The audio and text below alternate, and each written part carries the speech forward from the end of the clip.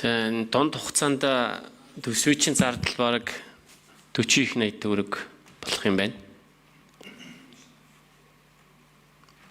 Тэгээд эдийн засгийн яамын бодлоготой чинь нийцж байгаа юу? Таны энэ хариулж байгаа хариултуудыг өмнөх байнгын ороонууд дээр ярьж байгаа зүйлтэй чинь нийцэхгүй. Дунд хугацаанд 40 их 80-ийн зардалтай. Тэгээд багасгах гэж зөндөө ярьсан. Тэгээд нүүрсний үнийг энэ төсвийн доктортой байдлын зөвлөлийн тайлан уншихад тэр $127 Тэг чадах юм уу?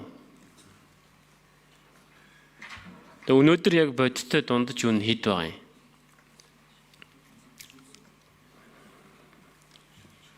Тэр $127 гэдгийг би өөрөө хэлээгүй шүү. Тэг энийг чадах уу? Дараа нэг зүйл асуу, энэ өнөөдөр яг төсвийн алдагдал та болохоор ингээд түүхэнд байхгүй нүүрс гаргасан түүхэнд байхгүй зэс өндөр үнэтэй байна. За бүхэл юм түүхэнд байхгүй их экспортлогдоод байна. Тэгээд төсвийн алдагдал ингээд өсөд байна. Чаашаа төсвийн алдагдал өсөх юм уу буух юм уу? Тэгээд төсвийн алдагдал чи ер нь яагаад гасан юм? Энэ одоо ингээд хүмүүс ингээд энэ тэнд хариулаад байгааг нь сонсохоор ингээд урчлаад аваад хэрэгэлсэн юм аа. Янз янзын яриад хэлэлт. Яг таны амнаас сонсъё. Төсвийн алдагдлын гол суурь шалтгаан нь юу байгаа юм? Түүхэнд байхгүй их экспорт хийгээд байгаа мөртлөө төсөв одоо маш том алдагдaltaй. За өөр хариултуудыг сонсож байгаа. Тийм учраас эдийн засгийн байнгын орон дээр сонсъё.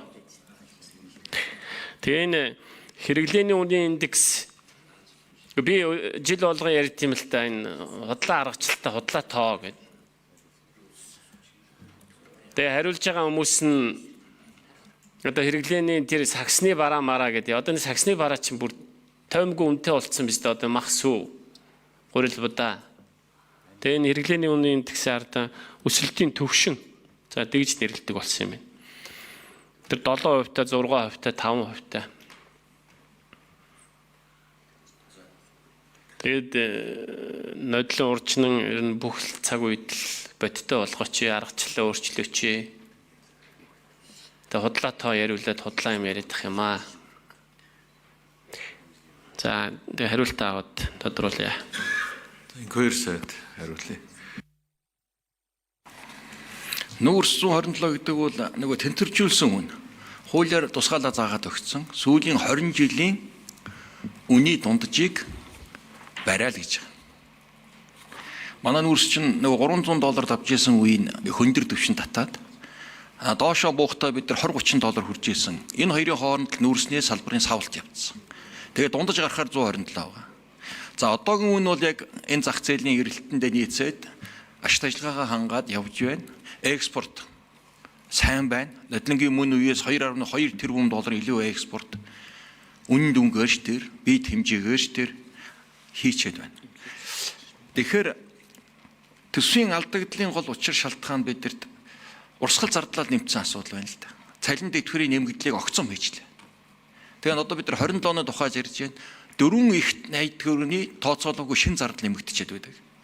Гэтэл нөгөө эдийн засгийн суур чадвах маань өсөөд экспортоо нэмэгдүүлээд үйлдвэрлэлээ нэмэгдүүлээд яваад байгаа чадвах маань жилийн өсөлт нь бид энэ 6%, 5% гээд эдийн засгийн өсөлтөд тооцож байгаа хэмжээгээ барайл төлөлтөө барайж яваад байна. Тэгэхээр урсгал зардлын одоо эрс өсөлт энэ нөхцөл байдал руу хүрэж байна гэсэн үг.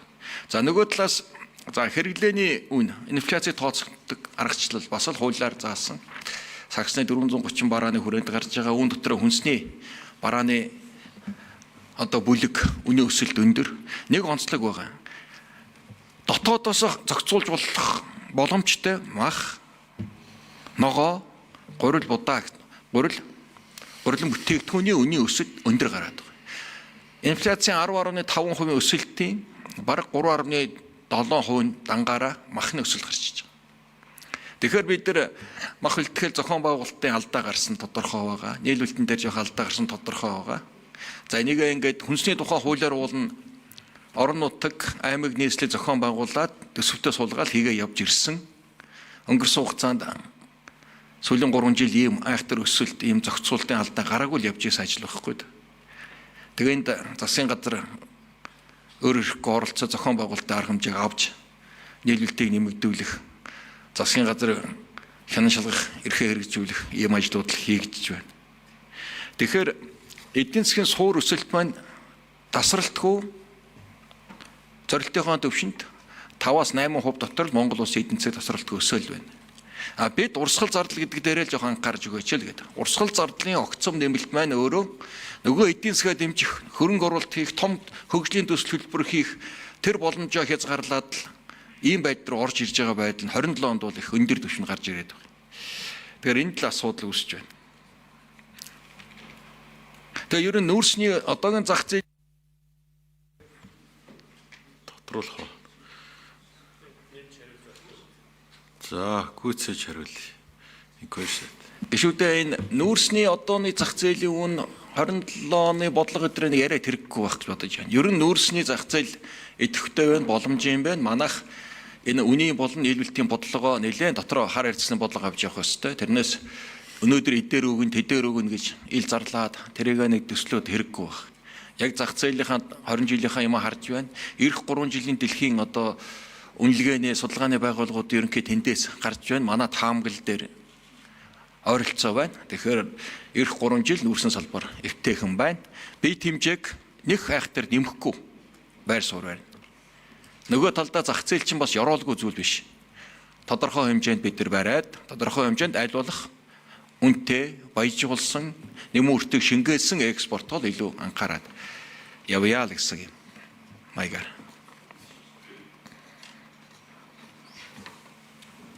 Амбатраш тодруулъя.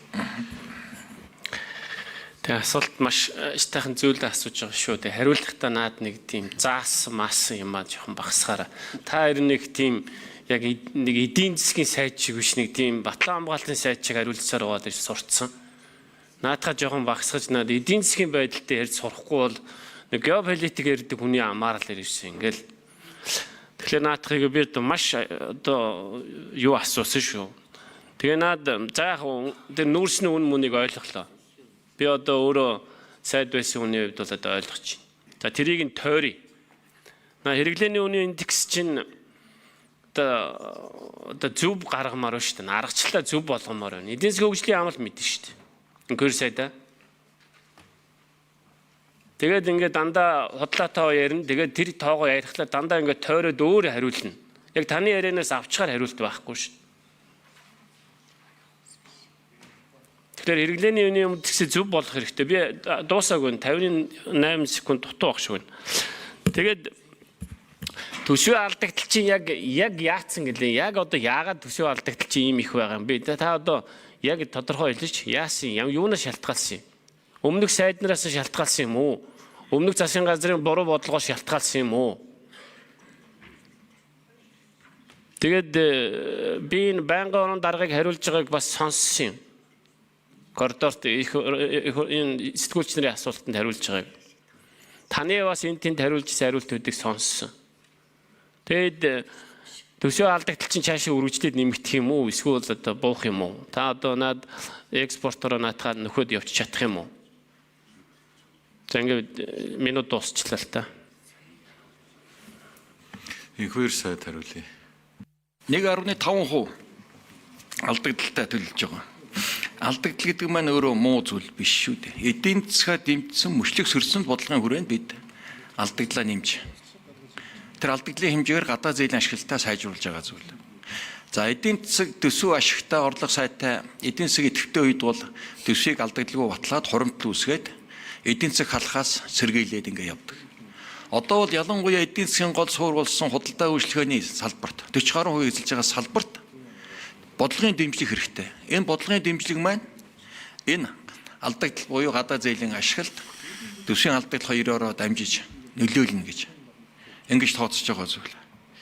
Нөгөө инфляцтай холбоотой энэ бүх юуг бол хөндлөнгийн одоо үндэсний статистикийн хорог бүх судалгаа дүнжилгээ хийгээд холбогдох хуулийнхаа хүрээнд ингээ мэдээлэл гаргаж байгаа шүү дээ. Дэлхийн ертөнцид нийтээр учирж байгаа зүйл бол инфляци өсөлт. Манайх шиг хөгжиж байгаа орнууд бол нэмээд төсвийн дарамт ийм хоёр л одоо асуудал орж ирж байна. Үнэхээр суур зардал болсон шатхууны үнийн өсөлт бол гол бараан дээр нэлээд хүчтэй нөлөөлж байна. Засгийн газар бодлогын арга хэмжээ, хариу арга хэмжээнд тасралтгүй авч байна. Үнийг одоо нэгдүгээр шатхуун тасралтгүй байх нь хөрөлцөөтэй байх нэг тэргүүний ээлжинд энийг хангаж байна. Хоёрдугаарт үнийг өсөхгүй байх, үнийн одоо зохицуултыг холбогдох яамдууд хөрш орнуудтайгаа амжилттай хийж байна. Харьцангуй шатхуунтай холбоотой өсөлт бусад орнтой харьцуулбал манад боломжийн төвшөнд одоо тодорхой хэмжээнд нөлөөлж байгаа. Харьцангуй нэгэ бид нар удирдах хянаж явж байна. Дунд хугацаанд 7-8 сар тэрвээ энэ ойролт орнотын нөхцөл байдал яахаас цаашдаа өрнөл үнэхээр шалтгаална. Энэ бол манай хамгийн одоо сул тал нь энэ хамаарал. Ийм л одоо гадаа зээлийн ашиглалтын Нэмээд хариулж. ийм болохоор гадаад ашиглалтын хуулийн санаачлал гадаад ашиглалтаа нэмээд энэ алтан ширээгийн дэд боловсрол үйлдвэрийг хурдан барих асуудлыг л төрөвчлээ гэдэг ийм хуулиуд орж ирээд байгаа учраас тэр. Тэгэхээр гол шалтгаан бол нэгдүгээрт энэ юутай шатхуунтай холбоотой зүйл байна. Нэг. Хоёрдугаар дотоод үйл ажиллагаантай зохицуулалтын алдаатай холбоотой ялангуяа энэ махан дээр гарч байгаа асуудал. За гурилан бүтээгдэхүүнтэй холбоотой асуудал мөн адилхан шүү. Төмс үнсний ногоо гэдэг. Тэгэхээр энэ чиглэлээр энэ дотоодоос нийлүүлж байгаа дотоодоос хамааралтай инфляцийн үлтийг бид бодлогын хөв зохицуулт хийгээд ийм арга хэмжээг авч जैन тариалтыг одоо хямд хийхэд тулд шатхуун төлшөөр хангаж байна, үр бордоогоор хангаж байна, зохион байгуулалтын хөнгөлтэй зээлийн дэмжлэгүүдийн ажлуудыг хийж байна. Энэ одоо намрын ургацаар одоо төмс үнсний ногоо, үр тариа гурилан бүтээгдэхүүн, за одоо мал махны нийлүүлэлт сайжраад инфляц одоо дунд хугацаанд ойр үед ингээ буугаад нийлүүлэлт сайжраа явчихна гэсэн хүлээлттэй байгаа. Энэ инфляцийн гол шалтгаан бол Ганбаатар шүү. Тодруулъя. Таны хариултыг сонсохлоор ер нь бол надаас шалтгаалаагүй. Их урал зардал нэмээд байна. За хэрэглээний үнийн тэгс би хамаагүй. Ийм юм байхгүй шүү дээ. Гүн чин та өөрөө энэ хуулиа өөрөө өргөн барьж байгаа шүү дээ. Энэ тоо баримтуудаа өөрөө нэгтгэхэд өөрөө үнэн зөв болгоод тэгээд өргөн барих ёстой шүү дээ. Эдийн засгийн байнгын хороонд даргач гисэн одоо энэ тоонуудыг чинь нэгтгэхэд хэрвээ худлаа бол байнгын хороогоор оруулахгүй байх ёстой шүү дээ. Тийм эрхтэй. Би хэрэглээний индекс ярьж байна. Та болохоор тэр юуруу яагаад шүү дээ. Статистикийн ерөнхий газар мэдж байгаа би мэдэхгүй гэдэг шүү дээ. Та хариултаа өөрөө ойлгож байгаа юм байна шүү дээ. Юу яриад байгаа ингэж ярина та юу яриад байгаа. Тэгээд бүх юмыг энэ зардал нэмэгдэхгүй байх, урсгал зардал нэмэгдэхгүй байх талаар та өөрөө санаачлахтай байх ёстой шүү дээ. Тэгээд хэн нэмээд байгаа энэ зардлыг чинь. Тэгэд дунд хугацаанд 40 их 80 болчлоо гэхэлэр нэмэхгүй гээд байгаа юм уу, нэмийгээд байгаа юм уу одоо. Яг хинээс шалтгаалаад байгаа юм. Тэгэхээр би бол одоо тэгээд нэг хөндлөнгийн үнээс шалтгаалаад байгаа юм шиг эсвэл нэг их хурал зөвөр нэг тийм дундын байр суурьнаас биш. Энэ хариултууд чинь буруу байна. За би юу хэллээ шүү, санал хэллээ. Хариулт шаардлагагүй. Баярлалаа. За ганц төмөр